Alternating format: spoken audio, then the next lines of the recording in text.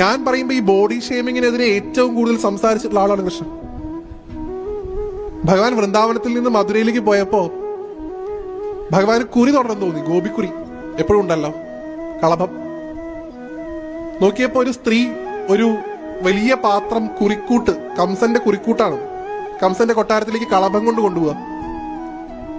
അവളെ നോക്കി എല്ലാവരും വിളിക്കുന്നുണ്ട് കൂനി കൂനി കൂനി. കാരണം നടക്കുമ്പോ വളവുണ്ട്, ഇങ്ങനെ പോവുക. കൂനിയാണ്, കുബ്ജ എന്നാണ് അവരുടെ പേര്. കൂനി കൂനി നടക്കുന്നു. എല്ലാരും കൂനി എന്ന് വിളിച്ചപ്പോ ഒരാള് മാത്രം ഉറക്കെ വിളിച്ചു, സുന്ദരി. കളിയാക്കി വിളിച്ചതല്ല കേട്ടോ. സുന്ദരി, നിന്റെ കയ്യിലിരിക്കുന്ന കളഭ എനിക്ക് തരുമെന്ന് ചോദിച്ചു. അവൾ അവളുടെ ജീവിതത്തിൽ ആദ്യമായിട്ടാണ് ഒരാള് സുന്ദരി എന്ന് വിളിക്കുന്നത് കേൾക്കുന്നത്. നോക്കിയപ്പോ ഭഗവാൻ മഞ്ഞ പട്ട കൊടുത്ത് നല്ല പൊലിനഖമാലയൊക്കെ ചാർത്തി മയിൽപ്പീലിയൊക്കെ വെച്ചിങ്ങനെ മുമ്പിൽ നിൽക്കുക. ഉടനെ അങ്ങോട്ട് വിളിച്ചു, സുന്ദര, എന്റെ കയ്യിലുള്ള കുരി മൊത്തം നിനക്കാ, അതായിരിക്കുന്നു. ഭഗവാൻ നല്ലൊരു ഗോപിക്കുരിയൊക്കെ തൊട്ടു, ഏട്ടനും തൊട്ടു കൊടുത്തു, ഒപ്പം വന്ന ഗോപിമാർക്കൊക്കെ തൊട്ടു കൊടുത്തു.